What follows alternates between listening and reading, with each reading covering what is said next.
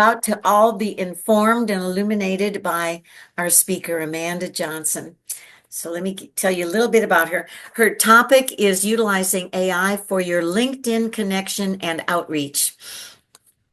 Uh, she is a senior HR executive with a robust background in leading people functions within dynamic, growth-focused, private equity-backed organizations.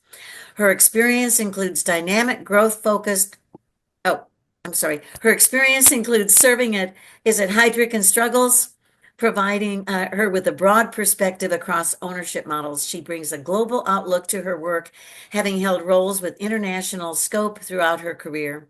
She has successfully built and developed high-performing teams while navigating complex business transformations, including change management, restructuring, and aligning people strategies with evolving business goals.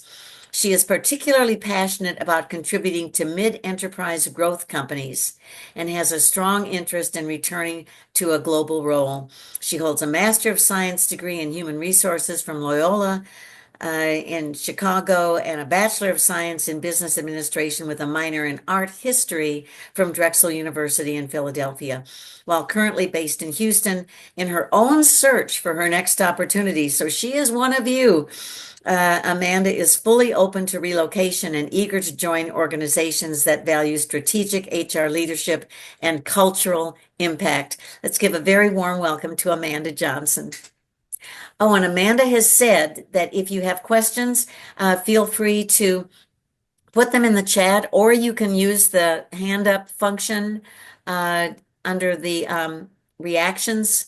We'll see your hand raised, and you can ask your question during the meeting. And Kathy, since Shannon's playing a dual role, I'm going to watch the chat since she won't be able to, so I can let our lovely speaker know if there's questions in the chat. This is Victoria. Okay, it's a deal. We'll all try to get everybody taken care of. Amanda. Well, thank you all for letting me join you on this morning. As Kathy mentioned, I'm here in Houston, and we're pretty good with power, but I see a very large lightning storm coming at my window. So we'll get our fingers crossed here that we're all right here in Houston with power.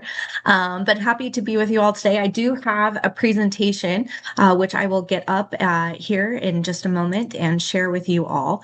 I'm also happy to share the presentation. I've certainly been in roles where you feel like you've got to write everything down real quick.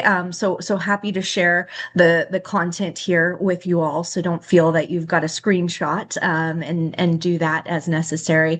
But very timing. I know some of you talked about AI. Full disclosure here. As Kathy mentioned, I'm in my own job search and just really trying to utilize it myself, for that. So by no means an expert, by no means a guru. So I kind of share this with, take what you can from it, throw away what doesn't, right? We've all kind of got competing priorities in our own timeline and brain capacity and space for all of that. So happy to share. And as mentioned, please interrupt or discussion. I think that the community that you all build here is really what adds part of the value to it, right? Seeing things in a different light or maybe from your own perspective. So please, by all means, I do, as Kathy and others mentioned, encourage the discussion component for it. So I am part of a similar in communal engagement as you all here at Launchpad, and gave this presentation to them actually back in April, and have made some tweaks and adjustments. And one of them you'll actually see LinkedIn made some huge changes in these past weeks, and I'll discuss that here in a second. But as well as some of the AI tools have shifted and changed. So this is one not exhaustive by any means for that, but is kind of a good gateway, especially if you're trying to dip your toe into AI. I think that there are a lot of outlets out there that you can pay for that you really get good value out of, but there are just as many in the free version. Again, especially if you're in that learning, in that, hey, I'm just trying to figure out what this can do for me type of phase. So I've simply put some here that either I or people within my own network, excuse me, have emphasized. Some on here, I will just again share my own perspective on here. The LinkedIn AI Co-Pilot, I am not wild about. So I'm sure if some of you have seen, it has it as an option on your messaging. It has it on an option on your communications platforms. I do not think that it is as powerful as some of the other options that can speak in your voice. I think, several of you mentioned project management. How a project manager speaks, tonality, emphasis is very different than someone like myself. And LinkedIn hasn't quite gotten that yet, but please play and experiment to it as yourself. I also added the second from the bottom there, Resi. What's interesting is, as Kathy noted, I'd led the HR division for the Americas at Heidrick and Struggles, one of the Shrek search firms for them, and have been connecting with a lot of them. They actually, many search professionals are recommending Resi. I haven't played with it myself, but would certainly encourage that, especially with the ATS implications. And a lot of ATSs are trying to insert AI. So you're competing AI with AI, and it's better to speak their language on that. So again, not an exhaustive list, just simply sharing. There's way more out there than what I'm even going to share with you all today. But thought that would be, just helpful again to kind of dip your toe into some other options for it. Any questions on the list? Anything there?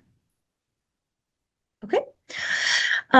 So this is the connections outreach. So again, the kind of my purpose here is to really focus in on utilization of your LinkedIn connections, right? And the most powerful elements of that, especially in a job search, especially in networking, and going at it again in this kind of communal emphasis for it. So for that, again, don't feel like you need a screenshot. Happy to share this. For those of you who learn and take it in list form, I've got it here. I've also got the screenshots for it. I did it again this morning to see how long it would take. When I first did it, I got it back in about an hour. I did it very early this morning and have not actually gotten it back. So I think, again, with LinkedIn's updates, and we'll go through why this is important, but you want to get your contact information to help then put into the kind of the next steps here. And that purpose being, instead of just connecting through LinkedIn Messenger, you're going to be able to get the exact emails of the people you're trying to message, right? So you apply to the job, you see the recruiter, you want to reach out to the recruiter in their email, or perhaps it's the director, a project manager, or software engineering, or whatever that looks like. For that. So this is what it is. Again, I did it this morning, so it wouldn't let me do it again. So I had to screenshot it from my husband's account. So you go here into LinkedIn, you see that green data privacy, you're going to click on that and then download my data. Again, I would expect probably half a day, depending on how many contacts you can have. I'm sure you all know this, being heavy in the job search, but you can actually, LinkedIn, increase the the connection count to 30,000. So please don't ever feel like you're connecting with folks and limited on that. I, as someone who's in the job search, but also in the HR space, highly encourage the connection. So please reach out, all that. But just disclosure, the more connections you have, obviously the longer it is going to take on that. So this is what it looks like for all of that. Again, go to data privacy, get your copy of your data, and then download. From there, it'll come back to you, and this is everything it's going to give you. So again, if you're looking for something from the past, all of those good things, but we're going to focus in obviously on the contacts. It's going to come to you in an Excel file. It will look something like this. there's a couple of things that I have found super valuable. Again, we're all professionals. This is not our first rodeo, right? Some of us have been on LinkedIn for decades, and it will sort it in chronological order for you. Uh, Obviously, I did this on the 4th of April, so I have made more connections since then. But it'll go back to your first connection. And I have found that in my messaging, in my network outreach, that column is incredibly valuable because I connect with a lot of people. Maybe it was a candidate, maybe I was reaching out to them, maybe it's your neighbor, maybe whomever, you met them at the airport, right? Limitless. For that, that can help kind of trigger when you connected with them.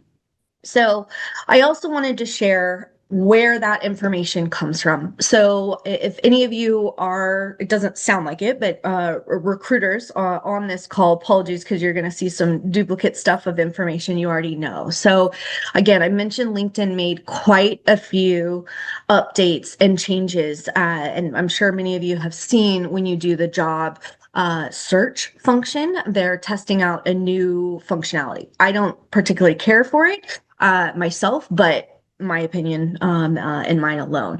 But I wanted to share what recruiters see. So I have a recruiter license at LinkedIn, and they have made some changes since I presented this to the other group earlier in April. So a couple of things to call out. So this is not the public profile. Again, this is what recruiters see and where that information on the Excel file that you'll get from LinkedIn shares with you. So I put in, Shannon was kind enough to let me know ahead of time what some of you all are looking for in your job space. So I specifically went into project management. And all I did is have, if you see, look over on the left, that, oh, I can see it in front of me too, the job titles on the bottom left corner. So recruiters can search for can have, current post, and that's what's going to pull as well. So when you get your contacts, it's going to pull their current job, not the job when you made a connection for that. Obviously, I don't know this gentleman and we're recording, so wanted to protect his privacy there. But what's interesting is previously, LinkedIn would share the open to work in my profile. As you see, that's now grayed out. They want you to have what's called the secondary recruiter, which costs quite a bit more money for that. So I obviously don't have that level. I could previously see as a recruiter the open to work. And many folks I know have asked me, my communal team, I have shared this with them because folks are very concerned about the open to work function, and that this is not the banner. This is the element that shares that you're open to work. That will not pull in the connections for it, but I wanted to, again, just share what that looks like. So I can no longer see that, but used to be able to see it. Another function, again, just in sharing is caring, that you all don't see unless you have the recruiter profile is the skills and assessment tool. Now, this is information you can pull down, but this is also why it's really important, especially if you're in your job search, to populate that, because recruiters will go in, like in my world, I've used Workday and UKG as well as ADP. I've had the privilege of working with some big ones, and you better bet your britches that I've got them in my skill set, because let's say you're a Python extraordinaire, right? You want to have that. So if a recruiter is searching for your skill set in there, it's going to pull up there. Now, again, that's not going to pull in your contact information. So if you're looking for contacts with that skill, LinkedIn's limited there. I'm just simply sharing where the information comes. Not a lot of people have seen this. I was kind of naive and just assumed folks had seen this part of it. So I just, again, simply wanted to share for you all to see the search functionality kind of on the back end that then helps bring us forward to what we're at. I know that's a lot of information, especially if you haven't seen the recruiter profile. I am going to show deeper onto it in a second. Have we had any questions in the chat or any questions here? Yes, there's one question in the chat that was just a little bit earlier, asking about Razzie versus JobScan. Do you have an opinion about which of those is better, or do they work slightly differently for different fields? Yeah, let me put it this way. There are some that I have found that are deeper in certain areas for that. So my recommendation is probably to play with both in the free version. I feel like more people are talking to me about Razzie, however you pronounce it, for that. So I feel like it's either got a better marketing team or it is an actual better tool. That one probably comes more into conversation. Okay, thank you. Amanda, I have a question. Yes. This is Kathy. We had a speaker quite a long time ago who said that the words in the headline were weighted times 20. Do you know if that is the case? So it's changed, and that might have been accurate, but again, LinkedIn made at the end of April some significant changes. Again, in up until I think about April 15th, I could search people that were open to work and what it looks like, and you'll notice though, so like on this gentleman's, you can see their tagline is not included in the search. So that's what comes up when I put project manager. Now it's waiting for me. I'm in Texas, so it's waiting for me, project managers. You'll see also that interest at the bottom where it says high likelihood of interest. I'm connected to this person somehow, some way, and more. So I think that they're actually emphasizing the connections more now in that, and it's not pulling through in the tagline. So I've known people, especially in the job search, who have spent quite a bit of money paying someone to get them their banner. That's wonderful, and I applaud them for that, but it does not come through on the recruiter side. So if your goal is to get a job through someone searching for you or finding you, not visiting your public profile, they're never going to see that. So it's changed. I guess, Kathy, is my short and long answer. Well, I think that his headline, I don't know if the tagline and headline are the same, but his headline is the project manager Project. PMP Six Sigma Green Belt. Correct. Yes, I'm sorry. I was talking about the banner headline. You are right. That does come through. Um, I don't know the weighting though for Okay. it. So Okay. Okay, fine. And it's oh, there was a question that says, what is the value of the open to work flag? So I think that the value of the open to work flag, and there's a hot debate, and I don't know if you all have debated it, but whether or not you put that you are no longer in active in your current job. So let me skip ahead and I'll just show you all my public profile. I'll come back to that. So this is mine. Oh, forgive me. Shoot, I didn't show that. So I had a long transition period, and it's not all about me, but I'm more of sharing. I still have, even though my role at Mariplex ended in April, I haven't kind of turned that off, meaning that I have an end date. It still says to present. But I have my open to work, which you can kind of see there at the bottom, and then the titles to it. So the value for me is I haven't kind of publicly announced I'm not at Mariplex anymore. So for when I search for roles or people search for me in the recruiter space, they can see that, hey, Amanda is active in the market, right? For that. So that's the value is the back end, right? And that's why I kind of openly share this element to it, because it's how the people who are in LinkedIn, their job is to find you versus you applying to them. It's more of those proactive recruiters finding you. Obviously, and I'm going to do it this week because then I'll be in June and that feels a little weird. But once I can commit to, hey, April 2025 is when I ended my employment, it obviously, right? Or you would assume obvious. But it's those in between roles, or some people have transition, spending time with family as their job title, right? Or whatever that may be, you want to emphasize that you're still out there. So it's for that proactive approach.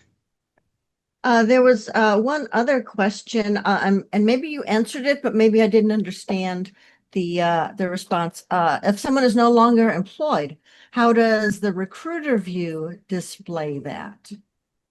Great question. So here is, let me show you mine. So obviously I can share mine with it. So this shows me my deeper dive. So I've clicked in on Amanda Johnson, and this is then what the recruiter would see for it. I emphasize I have my email out publicly, so it automatically puts that in, right, for the recruiter in terms of the contact.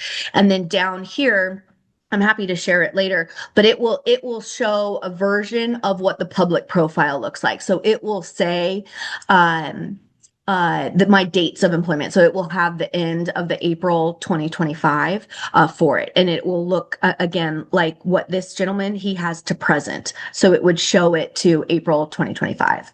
Did I answer the question? I think so. That clarified it. And so if there's any other questions or if there's more clarification, y'all post that in the chat and I'll pass that on. Thank you. Yeah, happy to. But these are great discussion points. I figured there'd be quite a bit here. Anything else with these areas that I can go into?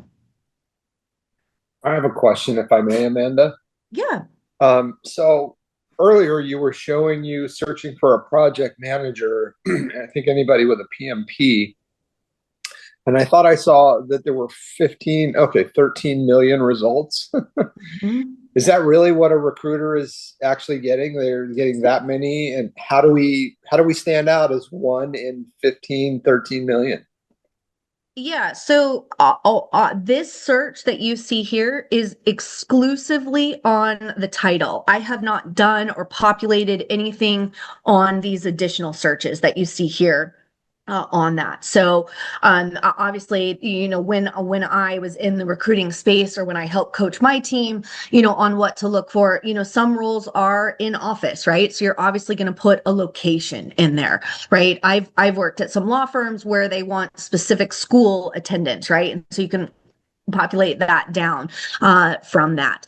And again, maybe it's a project manager and you want to put waterfall in there, right? Or you want Scrum exclusively in project management. So that's like the more buzzwords that are true, accurate, of course, to your profile. That's what the recruiters are going to help to limit it down. Are they actually filtering by, so I've heard this, that the ATS or some LinkedIn are actually filtering by age as well? And is there a way for them to determine your age based on your profile? Because obviously I don't have my age listed there, but I'm 60, so. Yeah, so and I'm happy to share more or come on again with some more tips and tricks there. I'm not an advocate of year of graduation. There is no age in LinkedIn. There is no age in anything in the US. Now, if you're applying to international companies, there are several folks in areas and some countries, India, for example, where it can be a requirement to actually put your picture on that, right? I am a little old school and will disqualify a picture because you then immediately have unknown bias or true bias, right, that come through with pictures on it. Year of graduation is a way to back into age. So I, within people in my own family and my own network, I never ever encourage putting a year of graduation on, good, bad, or neutral. So that's a way to back into age. Another thing is you've probably seen this when you've looked at profiles. Folks don't have their full work history. I don't have my full work history on mine. Part of that is purposeful. Part of that is with some other things. I was a teacher for 2 years. That's not on my LinkedIn anyway. I also had some what I call baby HR girl jobs, right? Some internships, some lower level positions. I don't have those on my LinkedIn. So sometimes people think the value is in the depth and breadth of that. People also can back into age about that, right? Oh, they started working in 1986. Right. They've been in the workforce for, call it, 25 years, graduated, estimated at 22, their age. So there's a way to kind of mentally back into it, but to my knowledge, there's not a way to systematically back into it. Okay, thank you so much. There's another question that says I'm a bit hesitant about putting my email out in public. I'm a procurement professional, would get bombarded with sales reps reaching out. I would prefer my personal email not be published. How do you think this affects my job search? Yeah, I couldn't agree more, right? On that. It's a risk. So this person again was our guy at the top of our 13 million list. And he does not have any contact information. So no email, no phone number. I see it as a mix, excuse me. When I've been employed, I've always used my work email. I've never put my personal email out there. I have my personal email out there right now because obviously I don't have access to my work email. You do. You're going to get bombarded. I'm also going to be real honest with you all. There are a ton of companies that resell resumes. So once you apply to a job, you're gonna get your email bombardment. It is a awful truth of the recruiting side of the world for that. So it's really your personal preference. I am the main provider for my family. So for me, bombard me with emails. I'm gonna make myself as available as possible, as easy as possible for the recruiters and search professionals and hiring managers to find me. That's my priority. But some people might not, right? And that's not worth it, not whatever. Another suggestion that I have heard is to have an email exclusively for your job search. So it's not your everyday email. It's not your family email. It's not your Walgreens CVS email. It's a job. It's an email that can maybe be more professional. Amanda Johnson at gmail.com, right? From that. Whereas your AJ, Fluffy Kitties, Happy Dogs at gmail.com is my personal one, right? I'm clearly being funny and making it up. But that's a suggestion that I have heard as well. Okay. Great. Yeah, I think you can go on. So again, and this is one, just as we were talking about, you can see my personal email that's in there, and that's also then what LinkedIn pulls in your contact information, is pulling in what I have put out there. What is interesting is in the LinkedIn update, I don't know if this is privacy laws. I don't know if this is because of the EU data regulation that just got re-upped in March, and LinkedIn's finally up to date with it. Someone smarter than me probably knows, but you see, again, I have not manipulated this. This is not me touching my own profile. It includes my Gmail, but it does not include my phone number. Whereas if you go to my public, right, so not the recruiter version, my public profile, I do have my phone number out there for that. Again, I find that a lot of the junior recruiters prefer text. They just do. And so there's also a lot of ATS systems that you can do text messaging with. So I have it out there, again, personal preference, but you'll see if you were to click on me, you can get that, but the recruiter profile does not get that. And unfortunately, the contact pull that you'll see, it doesn't include the phone number for the contact pull. So which is a bit of a bummer from that. So when you pull down your contacts, you're only going to get email addresses. You're not going to get cell phone numbers from that. So just sharing what that is. So again, this is just a random allotment of tech people and connections for me. But what's to me the value of this, right? So okay, so what? I've got the list of my contacts. What do I do with that, right? I'm searching for a role. Panic, right? Got to pay the mortgage, got to pay the rent, maybe a car note, whatever that looks like, food, groceries, all the things, right? So need to get moving. The reality is we all, because unless you're like myself in HR, we don't live and breathe typically in LinkedIn, right? When you're in the job search, you live and breathe in LinkedIn. Not a lot of people do. So I found responsiveness to be tenfold into the personal email, the work email, versus messaging. So I tried to use AI to insert when folks don't have their email, because like the question earlier, they're like, hey, I'm in a role that I am just going to get vendors slam me all day long. I am not putting my email out there, till the cows come home.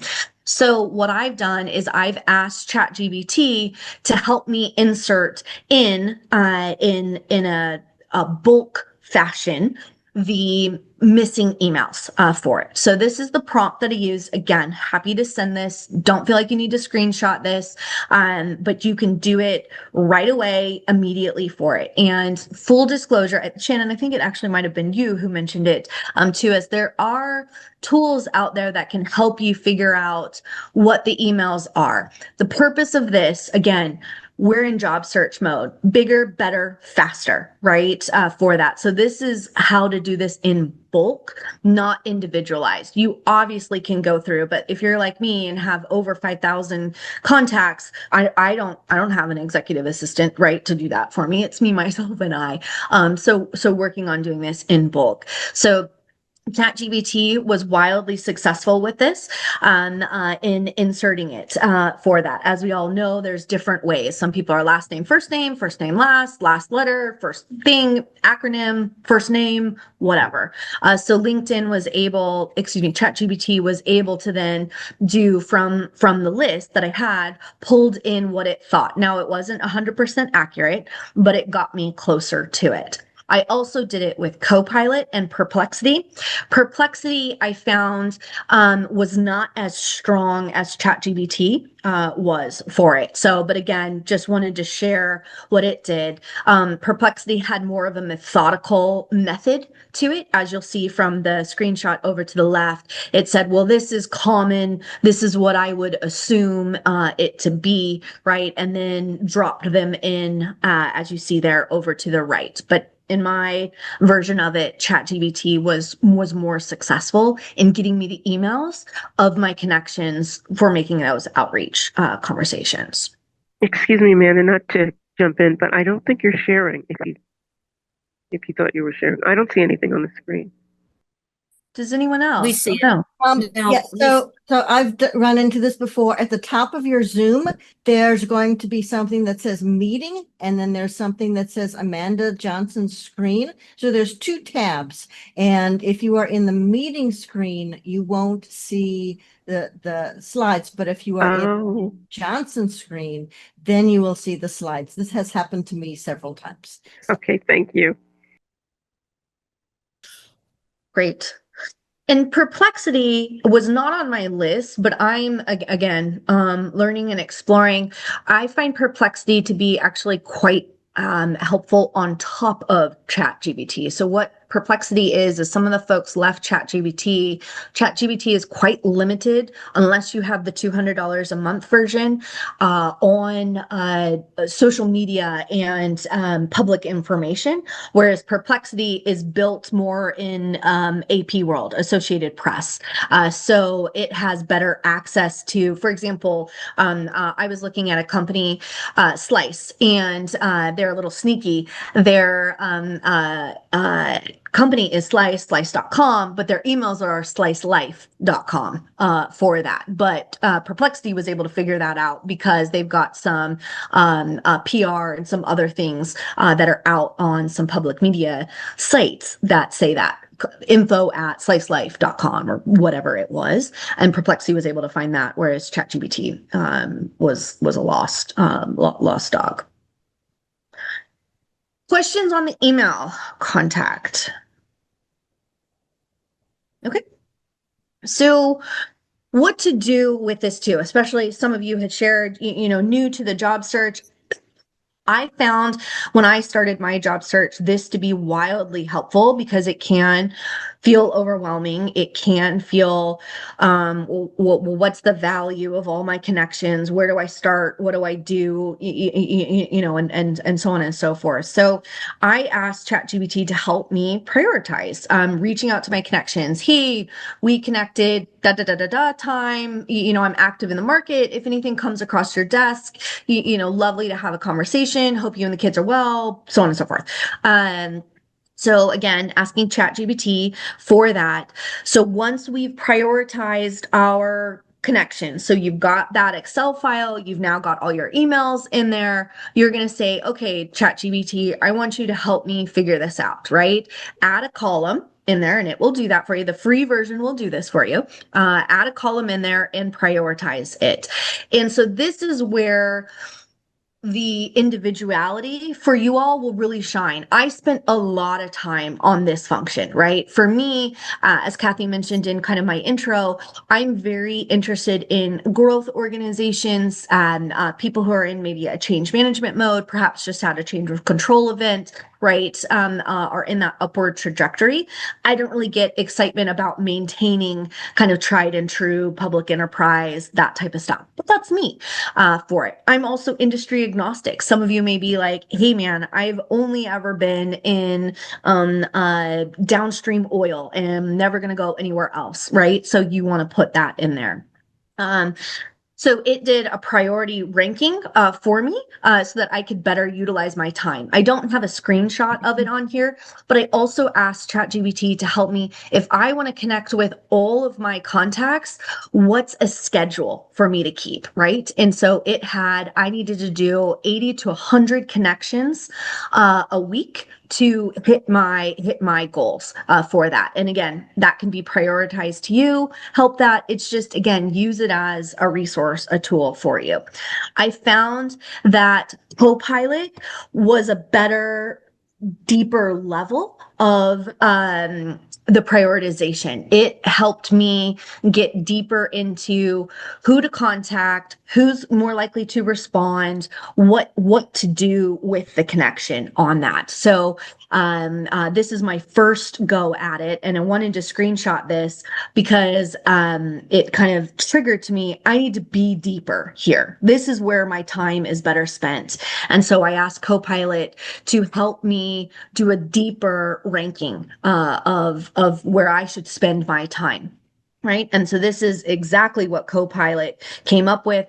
Obviously, you can change the weightings. You can kibosh this, like I said, do whatever. I found this where I was at in my job search very helpful for me. So ranking that, weighted scores, all of that. Again, you can play with this, manipulate it, toss it to the wolves, whatever you would like. I found it very helpful. Any questions on rankings? So there was one in the chat that's basically, so it looks like you're basically using any of the AI tools to filter your LinkedIn data dump. Is that correct? Exactly. Yes. Because there's a lot of noise in there, right? There's a lot of people who have died who are in LinkedIn, right? I hate to say that, but there's just a lot of stuff that's irrelevant, right? So again, time is our most precious commodity, right? Use the tool to help you prioritize. Absolutely. Okay. So the other thing, which I'm sure you all are dabbling in or playing with, is then actual reach out to the connections for that, right? Some people, what Patty Boyle in my own kind of networking community, she calls it your first tier connections for that. People who, if you text them, you're in their phone, right? They know you, all of that. That's probably a shorter, hey, let's talk live conversation. Others, that is maybe more, hey, remember me, type of connection for that. I also spent a lot of time on writing to connections. Now, this next part that I'm going to share, I'm happy to go into more detail on, but if you are not tech savvy, if you are not comfortable with variance in it, this part, full disclosure, can feel a little overwhelming. So just full disclosure, I kind of dove really into this. I will share that this next part, when I was beginning my job search, I probably spent 15 to 30 hours on customizing this piece. But I will tell you that I have in called the past 5 weeks or so, I've reached out to almost more 1,000 of my contacts, and in the past 3 weeks, I have had way more activity than I had in the first 5 weeks of my job search. Like I shared, I was very fortunate to have a known transition plan. It was very net neutral. It was a board decision to kind of wipe out the entire executive team. So I was very fortunate in that. So my first stages, I was still working and spending a lot of time on this piece. And now I'm really seeing the fruits of the labor. Again, that's my own journey and my own search. I don't want to speak ill will. This is, oh my God, overwhelming and I'm never going to find a job. No, no, no.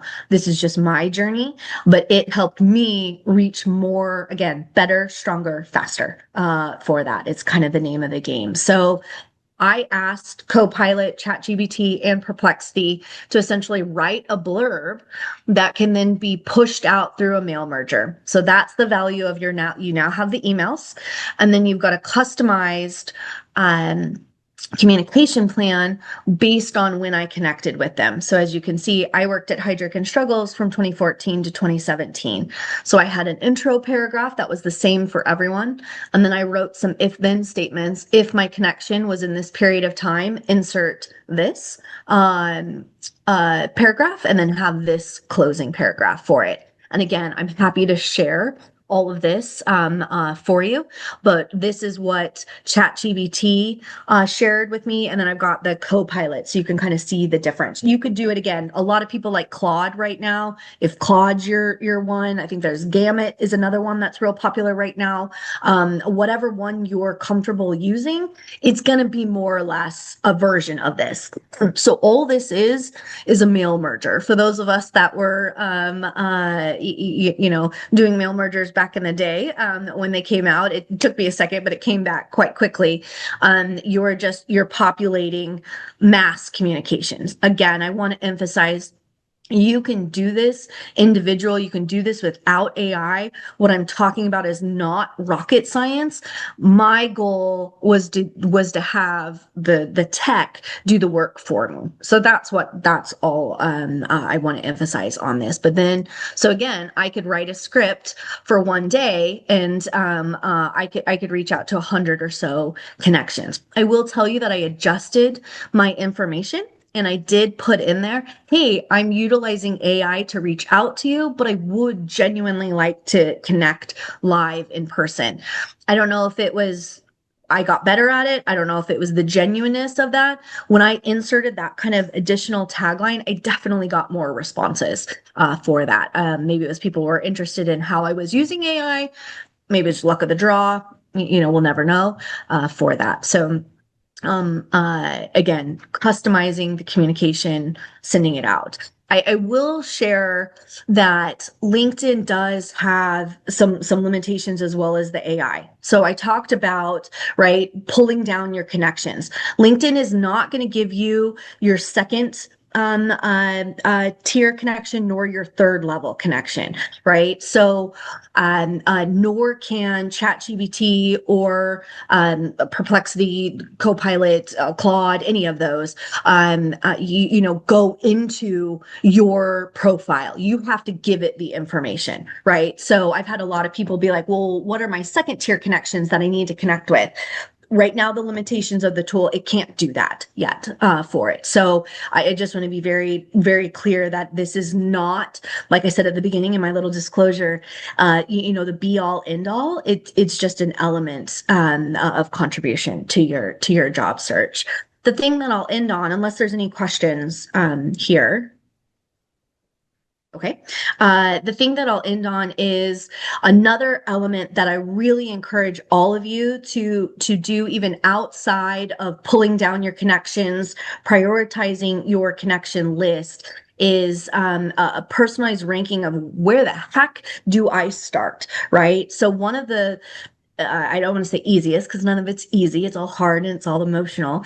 But elements is, hey, help me, right? So I put a prompt very specific to me. I said, as you see up here, if I'm interested in an executive position at a mid-enterprise PE-backed company in the HR space, who would you recommend in my network that I contact first? I've also done this same prompt without the in my network, right? Like, who do I reach out to? Where do I start from that? And so this prioritized who do I reach out with this specific prompt? And it's pulling, again, all of those things, the position, remember it's current position, their current company, and then why, right? And then it gave me, you see, over to the right, the logic of why it recommended those people. And again, you can do this. I've done this for other things without your connections in there. So if you're really interested in public enterprise space, Scrum focused project management, or maybe it's technical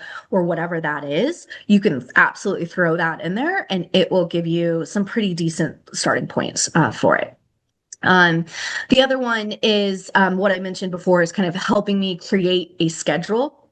Now, ChatGPT, Perplexity, Copilot, again, all of those, if you give them a public website to base off of, it can go into that, but it's not going to go into it on its own. So for me, private equity CXO is very popular, and it's a free version. I do not do the paid version. I do not think anyone needs to do the paid version, my opinion, for that, but it ranks all of the PE firms, right, in terms of that priority. So this has got two ways. I started with the list and ranking them for my needs, and then I added on, because ChatGPT has memory. Hey, I gave you yesterday my specific contacts. Who do I have within this list that can marry the two? So you can really start to get second and tertiary prioritization of your own information from that. So I find it very valuable as a framework to help me kind of get going, get re-energized, or look at things that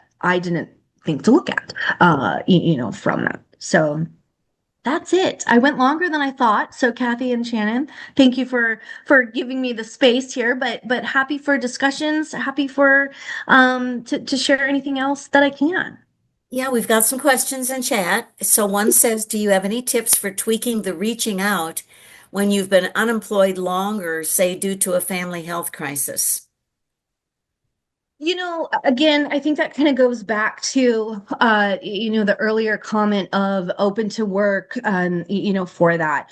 I have in my lives, I have trained my recruiters, been taught myself, had search professionals, right? If it's a long period of time, I would put something on your LinkedIn, right? I genuinely would, right? Time off with family, April 2024. Present, right, for that, because no one wants the unknown, right? It's the unknown that freaks people out, right? Are they dead? Are they unhireable? Are they going back to school? Something, right? So I would, this is probably not the moment to have an air of mystery. I would be as transparent as you feel comfortable doing, because especially, I hate to say this, and I sound like I'm bashing on my own profession here, but there are so many junior folks that are in the recruiting space, right? And they just don't yet know any better, right? And so, especially if you're like at that director, VP level, you're probably not going to get someone super seasoned, and you don't want to let them guess, right? You want to drive your own narrative. Yep. How does the free LinkedIn restricting us to a small number of messages a month affect this? I think that's personal preference, right? If you want to reach out via the LinkedIn Messenger, you are limited. Right now, you can buy the premium, but you're still going to be limited on the premium, right? It's not endless. The value of the premium, though, premium to premium, can talk to each other, can message each other without impacting your count, right? So I have a premium. If we're not connected in your premium, you can message me. I just find that people, with the exception of HR, are not on LinkedIn all the time. So you're more likely to get a response from an email versus the messenger. I don't know if I answered that question though, or if that was what they were asking. Yeah, I think that's what they were asking. And Victoria, you had your hand up. Yeah, I had my hand up in partly because there were questions I was tracking, but you asked them. But I did want to add that in the LinkedIn messaging for the free one, which of course I have, you can send a connection request, but you only get like 5 or 6 send with note chances. So you can send a connection request and you can add a note to like 5 of those requests. But you can still send a separate message. So something I did actually this morning was I reached out to somebody I wanted to connect to. I didn't have any more of my little add a note freebies. So I sent a separate message and said, hey, you're someone I would like to connect to because, things. And I sent you a connection request because I didn't have any more of the free little notes, but I'd love to have you in my network. So I said a little bit about why I was asking to connect so that when she saw my connection request, it wouldn't be just out of the blue random person.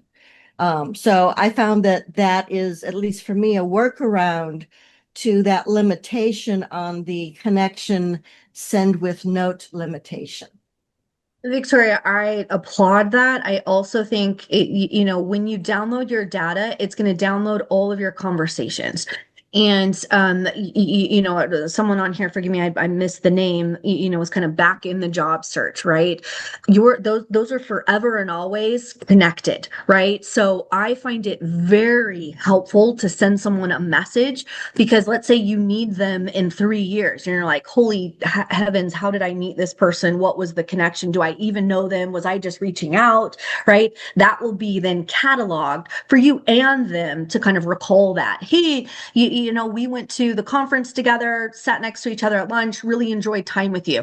I failed earlier in my career in doing that, and I'm kicking my old self in the butt for doing that because I have a ton of connections. I'm like, I know this person. I have no idea how I know this person or how I'm connected to them. So, Victoria, I think your strategy is spot on. Your future self will help you should you ever need to recall back on that person. Okay, great. That's good to know. Thank you. Okay, any other questions? And you can put your hand up or unmute or stick it in the chat. But this was great stuff, really helpful stuff. And it's so interesting to see profiles from the recruiter's viewpoint. The job seeker is kept in the dark on how the whole system works, how the algorithm works. Yeah. And lots Yeah. of, like I said, lots of changes, lots of major changes, from that. So certainly happy to help in any way I can. We're all kind of in the boat together. Amanda, I have a question. This is Barry Foster. So when I've applied for jobs that I've gotten off of LinkedIn, I have gone in and looked at who does LinkedIn list as the recruiter or as the HR rep.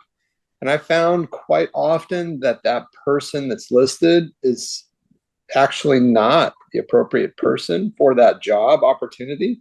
And I found this out on the back end through some friends who actually work for that company. They're like, oh no, that's not the right person. Sometimes that person that's listed on LinkedIn is way overseas in another country. And I'm like, why would they be pointing me over there? I get it. We're all a global entity now, but for some of these companies that are here in the US and the jobs in the US, I find that LinkedIn is not putting the correct information with the job advertisement. Do you see that as well? And do you have any suggestions on how to combat or overcome that? Yeah, so LinkedIn has the option when you're a recruiter to post the job. And again, it depends on what the company has purchased, right? Whether it's LinkedIn Recruiter Lite, purchase a job package, purchase an unlimited package, or Mhm. Recruiter, it used to be called Recruiter Heavy. It's now got a new name. Typically, though, it is the person that posts the role that gets tagged to it. It used to be quite difficult to, like, let's say my recruiting team wanted to have the actual hiring manager, right? The director of, right? Or the Right. senior manager or whatever that is. LinkedIn made it really difficult to put that person tied to it. So it might be the company themselves. They may have like a coordinator that just posts all the roles. I've seen that. Okay. So it might be user error in it, or it might be purposeful. They might have a screener, right? It kind of depends. I know I didn't really answer your question there, Barry, but No, you did actually. So that helps quite a bit. So I didn't know that. We don't necessarily have insight to that stuff. But I think as a individual who's been looking for a job for a little while now, it'd be so helpful to understand LinkedIn from a recruiter side.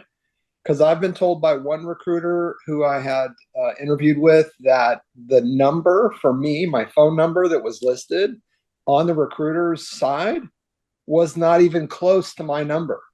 So it's like, what? How do you get a phone number that's not even mine in when you're looking at me? That I probably can't speak to. I can tell you that the algorithms have never changed in the forgive me, Barry, if it was yourself or someone else, the updates.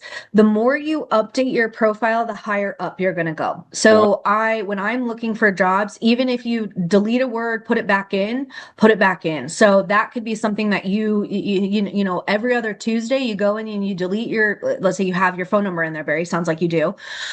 Put it in, take it out. You're going to come up as active then on your profile, right? So even if you don't make a change or there's been no change, do something to your profile. I highly, highly recommend that. I can see it just in my own insights. Whenever I make a change, I get a heck of a lot more hits. I get a heck of a lot more search functions because I've made a change to my profile. Oh, that's huge. Thank you very much. Yeah, I absolutely encourage that. Okay, dear. Thank you. Question, how do you actually become a recruiter? I really I've heard a couple different versions, you know, basically you have to go in through HR or be something tied to that. But I've also seen some other people that were recruiters that I don't know, seemed like they just kind of like put out their shingle and said, I'm a recruiter. So that's why I was just kind of curious on how do you even get into that type of field? Into the field or into the recruiter like LinkedIn? Into the role. So Sure. I think it depends on where you're at in your career, right? So there's kind of recruiting, which is typically contingency-based recruiting, right? Think like Robert Half, Insights Global, some of the biggies from that. Obviously, there's local ones here in Houston, Austin, Texas, you know, across the world. And then you got the big boys, if you will, the retained search for that. So if you're super seasoned in your role, right, the argument is, well, hey, I know what good looks like, right? So I have, I got to start talking in past tense, a very technical recruiter because he was an engineer for the first 15 years of his career. And so he was what's called a CISSP. It's a very technical cybersecurity role. So he can read a resume the way in which I never could, right? So he entered into the recruiting space being a subject matter expert. You're very siloed though, right? You're a center of excellence there for that, right? So that would be my recommendation if you don't have a traditional HR or something of that nature background. A lot of recruiting also is, I'll be honest with you, it's a little homegrown, right? I mentioned, you know, that's where a lot of people kind of break into HR is in recruiting because there's just such an unprecedented need for it. So I'm happy to talk offline on that. Please, I think someone was kind enough to share my profile into LinkedIn. Happy to talk with you about that, but I would emphasize your generalist skills for it, and then you know, go at it with some of the entry level or beginning professions, if you will, recruiting roles. Okay, thank you so much. I appreciate that, Amanda. Yep. Anything else I can help with? Any other questions? I did reach out to you on LinkedIn, Amanda, and I would love to have an offline conversation. This is again is Barry Foster. So yeah, I would love to learn from you a little bit more on LinkedIn. I know your time is valuable as all of our is. As you mentioned earlier, it's the one resource we can't get more of. That was very, very appropriate. So yes, whatever time you can spare, 5 minutes, 10 minutes, I would love to get some time if you don't mind. Me too. I'm not working, so I got more time on my hands. It's my favorite joke to say. Happy to, genuinely. Thank you. Really a Anything wonderful else? presentation. Very generous of you to share your personal story and information. This was great stuff, and I know we're all grateful for your No, generosity in this. This was a new a new wrinkle in the in the whole fabric of job hunting that we hadn't been exposed to before. So this is great. Very informative. yes. It's takes a village, so happy to add my little stake in the ground to your all Well, journeys. best of luck with your own personal job search. I hope you land in a place that makes you happy and fulfilled. And anyway, we are happy that we got to meet you. Great. We'll look forward to connecting with you all. Please do reach out. And yes, I guess enjoy your Friday. All right. Thank you so much.